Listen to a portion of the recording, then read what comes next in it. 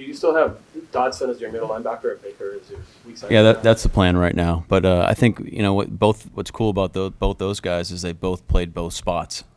So that's something that you might not have seen in our scheme in years past that you might see with our guys is based on what we're asking them to do, and any particular call they could end up switching spots, which provides some versatility for us, and so we'll see how that shakes out. Already, Coach Mike Macdonald runs a defense that makes calculus look like common math.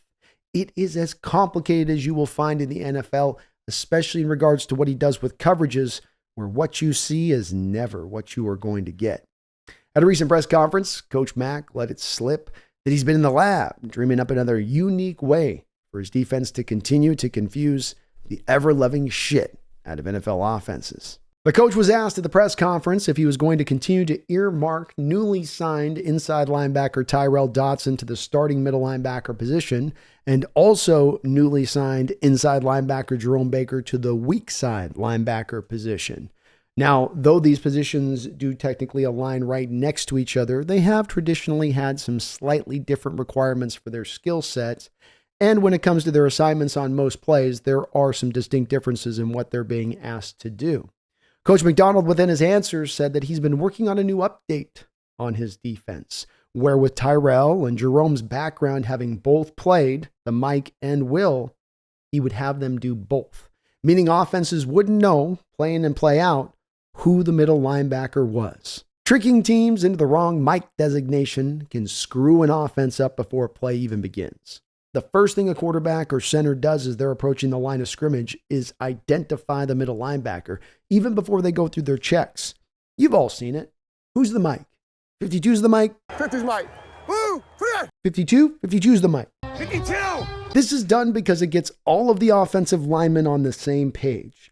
Once the middle linebacker has been identified, whether it's run or pass, then the offensive linemen are instructed as to who they are supposed to go block by the structure of the play. So what happens when Diabolical Mac gets you to identify the wrong middle linebacker? What happens when Tyrel Dodson gets stamped, the Mike by a quarterback prior to the snap, when in actuality he is the Will? The offensive line, the perceived defensive structural weakness within the play call goes poof. Suddenly there's an extra defender in the heart of the play when he was supposed to be somewhere else. The offensive play crumbles to rubble before it even begins. And not because you've thrown caution to the wind, but by the versatility of your defenders and the pure imagination of your head coach. There are further benefits to having two Mike Wills. Teams like the 49ers, for instance, will live in multiple motions in order for them to try to drive up and get the defenses to kind of tip their hand on their coverages prior to the snap. If the Mike and the Will both don't have to move with the motion, but in actuality they can stand pat and understand that whoever is going to be the Mike and whoever is going to be the Will be determined by how the motion actually settles, it makes it much easier for teams not to tip their hand to hide their cards. Already, Coach Mac's post-snap coverages give quarterbacks nightmares. His stack fronts are impossible to determine when the blitz is coming and when it's not. And now he's going to mess with your head when it comes to inside linebackers? Good luck, NFL. This is going to be fun.